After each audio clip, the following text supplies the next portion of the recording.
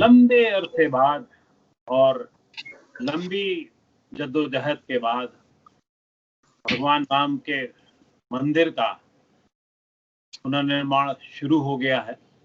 मैं इसे जानबूझ करके पुनर्निर्माण की बात कर रहा हूँ, क्योंकि जैसे पहले मंदिर था, फिर मस्जिद बनी और फिर उसका सब अवशेष रह गया वहाँ, और अब फिर एक भव्य मंदिर की पूरी तैयारी हो चुकी है। इस पूरी तैयारी के पीछे कितना संघर्ष रहा होगा, ये शायद नई पीढ़ी को नहीं पता है। और ये 500 सालों का लगभग संघर्ष है। हम ऐसे लोगों को जिन्होंने इस संघर्ष को बहुत करीब से देखा है, खासतौर से उम्र के इस दौर में आने के बाद और 40 साल से लगभग रहने के बाद, तो बहुत सारी चीज़ें आपको एक साथ पता हो जाती हैं। लेकिन उसको जब याद आप करते हैं, तो एक बड़े स्तर पर लगता है कि कितना बड़ा आंदोलन राम मंदिर के लिए हुआ। तो राम मंदिर का अब शिलान्यास भी हो गया है 5 तारीख को, बहुत अच्छे मुहूर्त में, अभिजीत मुहूर्त में हुआ है। और अब ये मंदिर क्या रूप लेगा, किस तरीके से बन रहा है, कितना भव्यता होगी, अभी भी कुछ लोगों के मन में सवाल हैं, इच्छाएँ हैं और तमाम चीज़ें चल रही हैं। इस मंदिर के निर्माण के लिए जितना काम अ, विश्व हिंदू परिषद ने किया है, विहिप ने किया है, बहुत कम ही संस्थाओं ने किया होगा। तो इस पूरे मामले पर बातचीत करने के लिए हमारे साथ आज हैं अंतर्राष्ट्रीय कार्यकारी अध्यक्ष विहिप के श्री आलोक जी। आलोक जी, बहुत-बहुत स्वागत है आपका। जी, धन्यवाद, नमस्कार। आलोक जी, आप तो वैसे भी बहुत पब्लिक लाइफ में रहे हैं, विधायक रहे हैं और मैंने जैसे सुना है, देखा है, मतलब मंदिर निर्माण के पहले भी और मंदिर निर्माण के दौरान जब संघर्ष हुआ उसमें काफ़ी जुड़े रहे हैं। ये उपलब्धि आपको कैसी लगती है? मंदिर का बनना, मंदिर का एक रूप लेना, किस किस तरीके से आप उसको लेते हैं? मुझे एक स्वप्न जैसा लगता है। जिस समय हमने ये लड़ाई शुरू की थी, उस समय सब शासकीय शक्तियां हमारे विरोध में थी और उस लड़ाई में हम कब मंदिर बना पाएंगे इसकी संभावना हमें समझ नहीं आती। 492 साल पहले ये मंदिर टूटा था। हमसे पहले की 23-24 पीढ़ियों ने प्रयत्न किया था। 76 लड़ाइयां लड़ी थी। 4 लाख लोगों ने प्राण दिए थे। पर ये 76 लड़ाइयां, 24 पीढ़ियां, 4 लाख लोगों का बलिदान, ये मंदिर की निर्मिति तक पहुंचा अब है। किस समय मुलायम सिंह ने चुनौती दी थी कि परिंदा भी पर नहीं मार सका। हाँ, बड़ा चिर परिचित उनका फ्रेज था। जी, और लखनऊ से आगे ट्रेनें और बसें बंद कर दी। चुनौती स्वीकार करके सब लोग, और शब्दशः 1 लाख से ज्यादा लोग लखनऊ से गांवों के रास्ते पैदल अयोध्या पहुंच गए। मेरे को स्मरण आता है, अशोक जी के सिर पर पत्थर लगा था, खून बह रहा था, कुर्ते को भिगोता हुआ धोती तक आ गया था। पर वो तो जैसे किसी अद्भुत मानसिक अवस्था में ढांचे की ओर बढ़ रहे थे। मुलायम का अहंकार चूर हो गया था। 1992 में ढांचा गिर गया। ठाकुर जी बैठे रहे तंबू में, इतने साल तक बैठे रहे, अपनी अयोध्या में, अपनी राजधानी में, अपने जन्म स्थान पर, अपने महल में। तंबू फट जाता था, तंबू बदलना होता था तो हाई कोर्ट की परमिशन लेना पड़ता था, उसमें भी महीना 1.5 महीना लग जाता। तो उस सब में से भगवान हमारे इस जीवन में हमको मंदिर दिखाना, ये इच्छा होती थी, आश्वस्ति नहीं होती थी। सुप्रीम कोर्ट ने जब कहा कि हमारी प्रायोरिटी नहीं है, तो लगा कि क्या करेंगे। पर जब राम जी अनुकूल हुए तो 40 दिन की सुनवाई में मामला निपटा दिया। पांचों जज एक मत हो गए। पांचों ने कहा बनाओ मंदिर, ये भूमि राम लला की है। एक अद्भुत निर्णय हुआ। मेरा मन किया कि मैं बालक हो जाऊं, बाहर सड़क पर जाऊं, हाथ ऊपर करूं, नारे लगाऊं, चिल्लाऊं, जय श्री राम बोलूं। उस दिन नहीं कर पाए हम लोग। परिषद ने कहा था कि मर्यादित रहना, देश ने मान लिया था। फिर ट्रस्ट बन गया। प्रधानमंत्री ने कहा मैं भी आऊंगा, भक्त हैं, आपकी बात में एक संशोधन करूंगा। प्रधानमंत्री शिलान्यास करने नहीं आए थे। 1989 में हमारे एक अनुसूचित जाति के साथी, कार्यकर्ता, नेता कामेश्वर चौपाल ने शिलान्यास किया था। प्रधानमंत्री जी मंदिर के निर्माण शुरू होने के अवसर पर भूमि पूजन करने आए थे, और जब वो आकर के मुख्य मंदिर में रामलला के सामने दंडवत की मुद्रा में आए, तो भारत के प्रधानमंत्री देश की आध्यात्मिक नैतिक शक्ति को स्वीकार कर रहे हैं, ऐसा लगा। और जब वो उस आसन पे बैठे जहां से उनको शिला रखनी थी, तो हम सबको लगा देश की व्यापक सहमति से तो मंदिर बन रहा है, कोई विरोध का स्वर नहीं था। कुछ दोयम दर्जे के नेता बोल रहे थे, पर वो विश्व हिंदू परिषद के बारे में, मुहूर्त के बारे में, प्रधानमंत्री के आने के बारे में बोल रहे थे। मंदिर निर्माण के बारे में कोई विरोध नहीं था। वो दृश्य ऐसा था जिसको शब्दों में वर्णन नहीं कर सकते। 136 संत जो तब से अब तक लड़ते आ रहे हैं, देश की विराट धार्मिक आध्यात्मिक शक्ति पूंजीभूत होकर अयोध्या में आ गई। सब तीर्थों की मिट्टी आ गई, सब तीर्थों का जल आ गया। भारत की आध्यात्मिक केंद्र भूमि अयोध्या हो गई, वहां से मंदिर बन रहा है। अतिशय आनंद की बात थी। अब इतना लंबा आंदोलन चला। आंदोलन को आजादी के पहले के टुकड़ों में देखें तो दूसरा है, आजादी के बाद के टुकड़ों में देखें तो दूसरा है। और आजादी के बाद भी कई बार ऐसा लगा कि अब तो बात नहीं बनती है। मैं खुद मतलब जितना मैंने देखा कि अब तो नहीं बात बनती है, लेकिन आप सब लोगों का संघर्ष कि कभी ऐसा लगा कि ये संघर्ष नहीं करते तो भी मिल जाता, जाहि विद राखे राम ताहि विद रहिए। तो क्या भगवान को संघर्ष करके पाया जा सकता है? बड़ा आध्यात्मिक सा सवाल है ये। जाहि विधि राखे राम जिन्होंने कहा है, उसी ग्रंथ में राम काज कीने बिनु मोहि कहां विश्राम, ये भी कहा है। सीता हरण के बाद राम जी ने ऐसा नहीं सोचा कि मिलनी होंगी तो मिलेंगी, मैं क्यों जाऊं। वानरों को संगठित करके, समुद्र को बांध करके, पुल बना के रावण राज को पराजित कर कर आए। यह पुरुषार्थ उन्होंने अवतार लेकर हमारे समक्ष प्रस्तुत किया।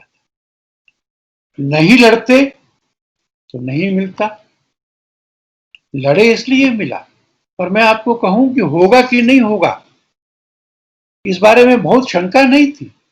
आप कल्पना करिए, इन 50 सालों में, आजादी के बाद के इस पूरे समय में सबसे कठिन क्षण कौन सा था? 1990 का मुलायम सिंह का शासन ना, आशा की कोई किरण नहीं थी ना कोर्ट सुन रही थी, ना सरकारें सुन रही थी।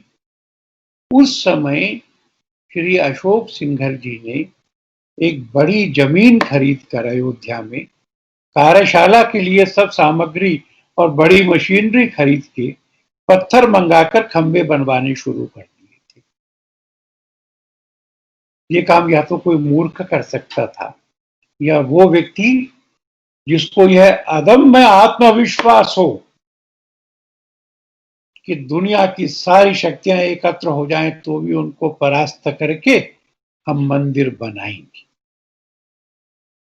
मंदिर वही बनाएंगे नारा जो हुआ था, तो वो उसके एक लग रहा था कि एक परिणति होने की तैयारी हो रही है, और बहुत कुछ।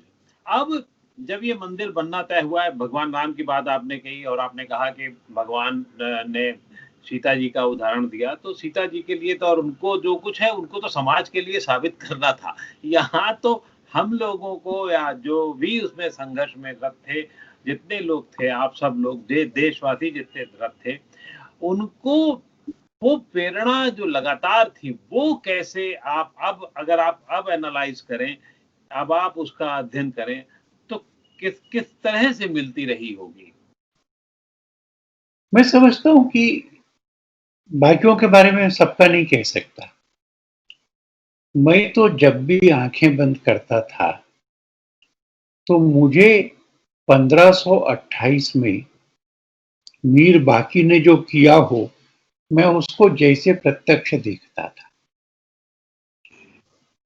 हजारों लाखों हिंदू चारों तरफ से देख रहे व्यवस्था में मौन, आंसू बहा रहे, पछाड़े खा रहे, पर मंदिर गिरा दिया गया, मूर्तियां तोड़ दी गई, मूर्तियों का चूरा करके फर्श के मसाले में लगा दिया। जो भी जाए नमाज पढ़ने वो हिंदू के बुतों पर से जाए। मैं इस पीड़ा का अनुभव करता, विश्व के इतिहास में मैं जानता हूं आजकल ब्लैक लाइफ मैटर्स में भी यही हो रहा है। ये बुत इसलिए नहीं बनाए जाते थे, ये ढांचे इसलिए नहीं बनाए जाते थे कि किसी को पूजा के लिए वो स्थान चाहिए था। जो जाति पराजित हो गई थी युद्ध में, उसका आत्मविश्वास तोड़ने के लिए, उसकी आत्महीनता के लिए, उसके मन में ये भाव कर भरने के लिए कि हम सामर्थ्यहीन हैं, हम भाग्यहीन हैं, हमारे देवता भी भाग्यहीन हैं, भारत मां के गौरव के अनुरूप बनाना। और मैं समझता हूं कि राम का हम सबके जीवन में जो स्थान है, मर्यादाओं में जो स्थान है, वह हम सबको प्रेरित करता था कि हम अपना कर्तव्य पूरा करें, पुरुषार्थ पूरा करें। ये प्रेरणा थी जो हम सबको लड़ाती थी। अब जब मंदिर का निर्माण शुरू हो गया है, शुरुआती दौर है अभी, तो कि आप उसकी भव्यता को, आपने अभी कहा कि भारत माता को जोड़ते हुए उससे जोड़ा, आप उसके भव्यता को किस रूप में देखते हैं? और अगर तुलना वैसे नहीं करनी चाहिए, लेकिन फिर भी मैं ये जानना जरूर चाहूंगा, और सब लोग जानना चाहेंगे कि एक जो कोने में पड़ा हुआ था पहले था, और अब वो कितना भव्य, क्या उसके लाभ समाज को भी कितने लाभ होने जा रहे हैं? आपने जो दूसरा प्रश्न पूछा वो मुझे बहुत रुचिकर लगा। मंदिर बड़ा होगा, उसका एग्जैक्ट आकार तय हो जाएगा। अभी 3 मंजिला होगा, 5 मंडप होंगे, सीमेंट का उपयोग नहीं, उसमें लोहे का उपयोग नहीं होगा। और लोहे का उपयोग नहीं है, पत्थर का है, इसलिए उसकी आयु 1000 वर्ष होगी। पर जो उस दिन सरसंघ चालक जी ने अयोध्या में कहा, जैसा वो मंदिर उठेगा वैसा हम सबके हृदय में भी राम उठने चाहिए, राम का मंदिर उठना चाहिए। और इसका अर्थ होगा कि दोबारा से एक बार केवट के दरवाजे पे जाओ, शबरी के आश्रम में जाओ, मां कह के प्रणाम करो, उसके झूठे बेर खाओ। उसका अर्थ होगा कि जब केवट कहते हैं कि मैं तो बहुत छोटी जाति का हूं, तो राम का उत्तर स्मरण करो, मैं जाति को और ऊंच नीच को नहीं मानता, प्रेम और भक्ति को मानता हूं। जाति के सब भेदों को नष्ट करके समरस समाज बनाना, अहिल्या के आश्रम में जाकर महिलाओं की गरिमा को पुनर्स्थापित करना, वनवासी समाज, अनुसूचित जनजाति समाज उनके पास नंगे पैर जाकर के उनको संगठन और गौरव देकर के विकास की धारा में ले आना। हाथ उठाकर जो प्रतिज्ञा की थी, निशिचरहीन करऊ जगमही, वैसे समाज की सज्जन शक्ति को जगा करके आतंकवाद के नाश के लिए माने माने विरोधी शक्तियों पर विजय प्राप्त करते हुए, हिंदू जीवन जीने का प्रयत्न करते हुए समरस जागृत सुखी समाज बनाना। और जो विश्व ढूंढ रहा है मार्ग, कम्युनिज्म की, सोशलिज्म की, कैपिटलिज्म की, बाजारवाद की फेल्योर के बाद में, उसको कहना हमारे पास मार्ग है, चिरंतन सुख का मार्ग है, शाश्वत शांति का मार्ग है, वैसा जीवन हम भारत में बना रहे हैं, तुम हमारे साथ चलो। इस हिंदू दायित्व को पूरा करने का काम ये इस मंदिर निर्माण के वर्षों में देश भर में हम करेंगे। आपने निश्चित रूप से जो मोहन भागवत जी के उस दिन के संबोधन का जिक्र किया, तो क्या एक मन में आस्था के तौर पर लोगों में भी रहता है कि क्या मंदिर और मंदिर के आसपास का रूप एक उस जमाने का कभी का एक लघु अयोध्या दिखेगा, जैसा कि आपने कई उदाहरण दिए, कई घटनाओं का जिक्र किया, क्या वो कुछ दृश्य नजर आएंगे, कुछ उस तरीके का आकर्षण मंदिर के अलावा? मंदिर तो है ही अपने आप में भव्य होगा और जो आस्था का केंद्र है, लेकिन अयोध्या का रूप कहीं उसमें दिखने की संभावना? और अयोध्या के लिए सरकारें भी प्रयत्न, वहां की सरकार भी प्रयत्न कर रही।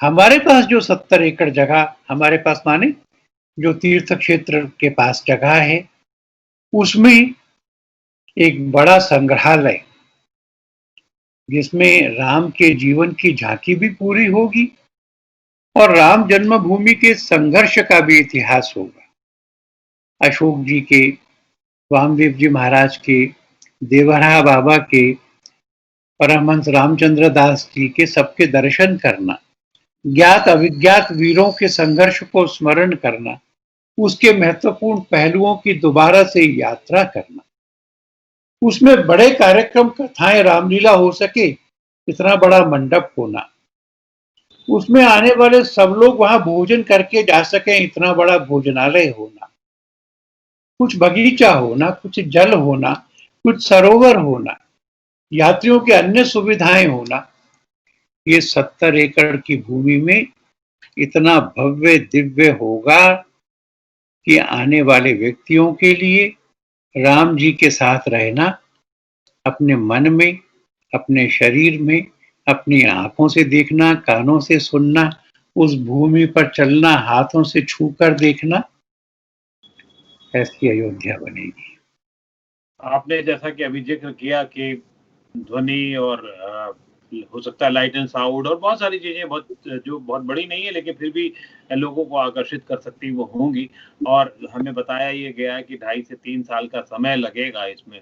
लेकिन इस राम मंदिर के लिए जितने लोगों ने बलिदान दिया, 4 लाख लोगों का बलिदान रहा है, और इतनी सारी 24 लड़ाइयां आपने बताई हमें लड़ी गई हैं, इन लोगों को कैसे याद किया जाएगा? और अब जब मंदिर निर्माण हो रहा है, इन लोगों को कैसे उसमें जोड़ा जाएगा?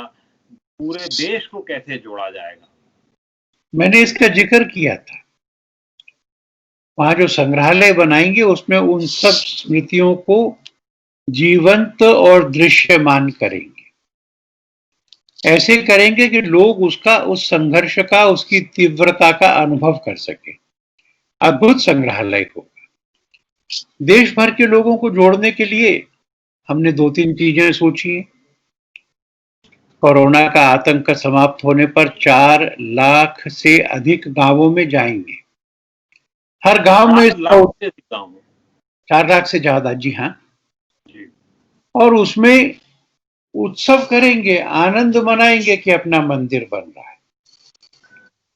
10 करोड़ से ज्यादा हिंदू दरवाजे, हिंदू घरों के दरवाजे खटखटाएंगे।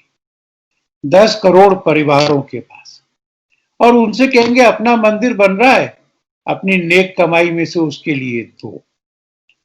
10 करोड़ परिवार का मतलब 50 करोड़ हिंदू समाज का पैसा, 4 लाख गांवों में कार्यक्रम। अयोध्या में जो लोग भी आएंगे वो मंदिर बनता हुआ उसके दर्शन कर सकेंगे।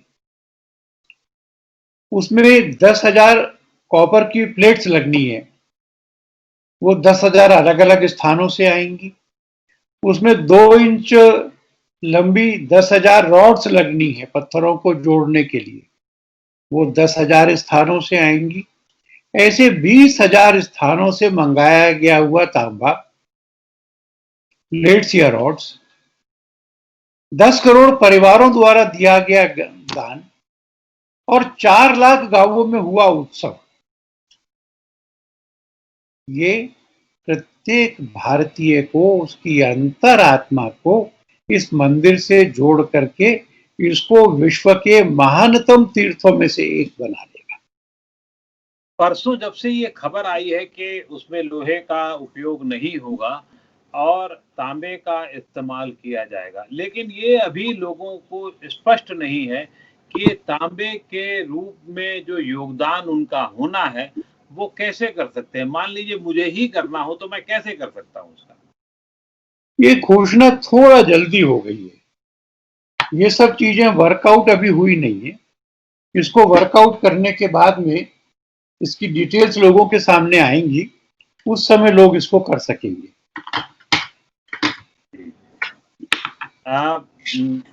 इधर जब कोरोना काल चल रहा था तो तय बात है कि आप लोग मंदिर के काम में उतना नहीं लग पा रहे थे और समाज के काम में लगे, राशन बांटा आपने और भी बहुत सारी चीजें की।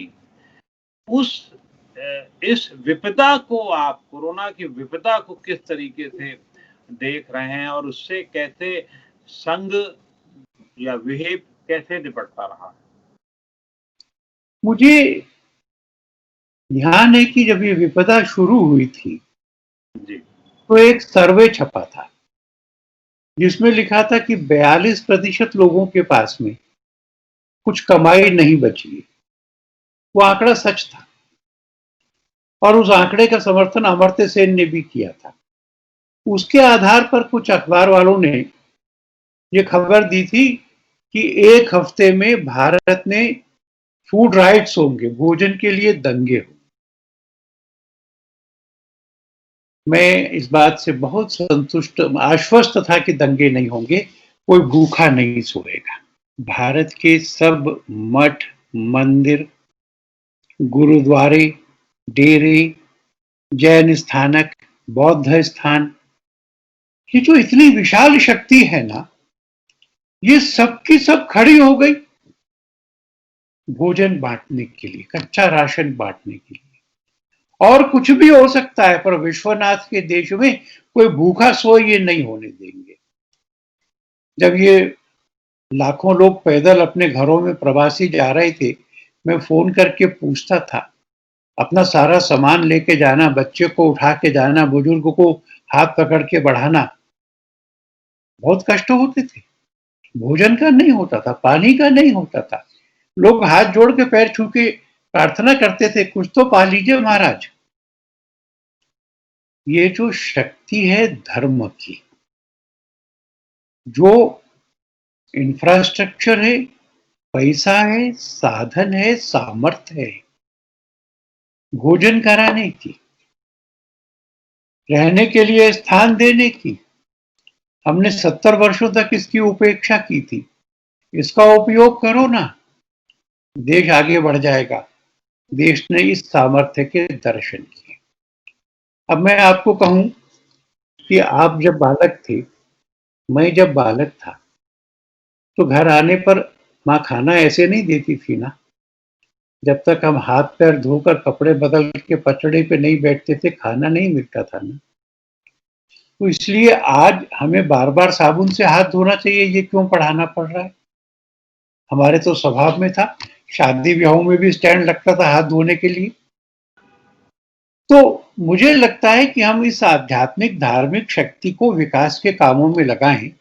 कोरोना ने हमको बताया है कि ये संभव है, उपयोगी होगा, अद्भुत होगा।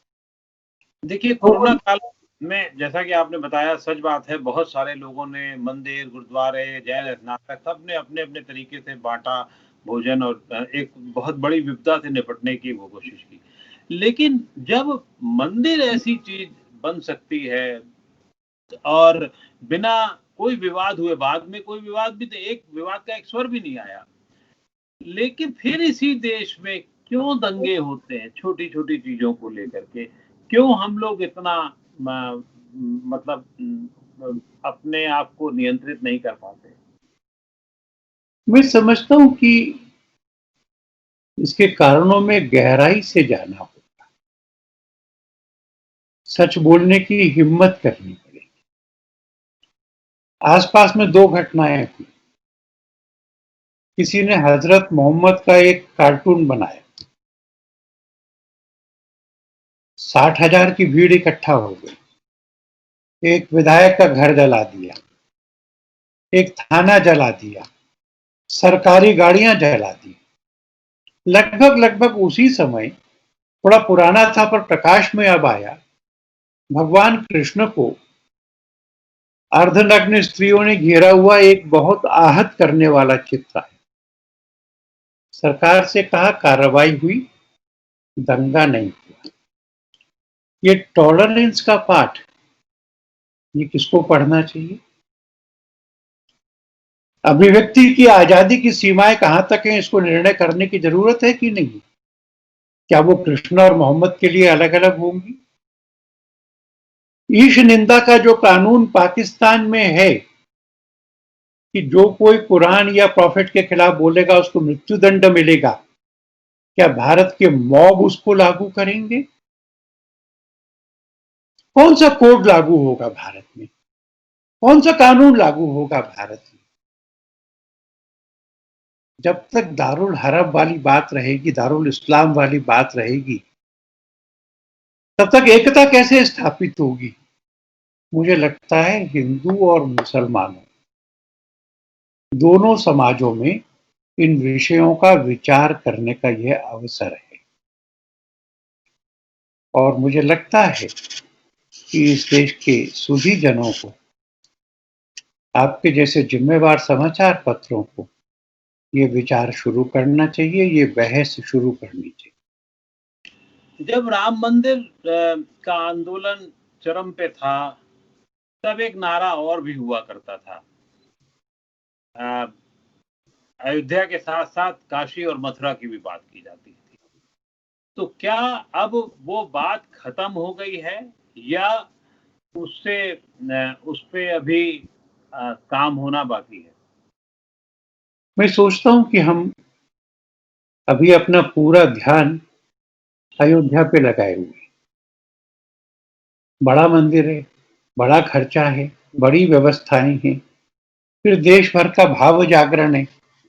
इसलिए हम इस काम को अभी पूरी एकाग्रता से करेंगे और कुछ सोचने का अभी हमारे पास मौका नहीं। हम ये उम्मीद करते हैं कि राम मंदिर का निर्माण एक भव्य आकांक्षाओं का निर्माण हो, भव्य देश की भव्यता का निर्माण हो, देश के बहुसंख्यक समाज के एक बड़े दिल का निर्माण हो और उसमें उस सब में सबके लिए एक जगह हो।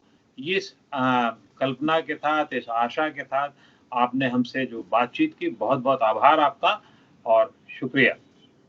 बहुत धन्यवाद।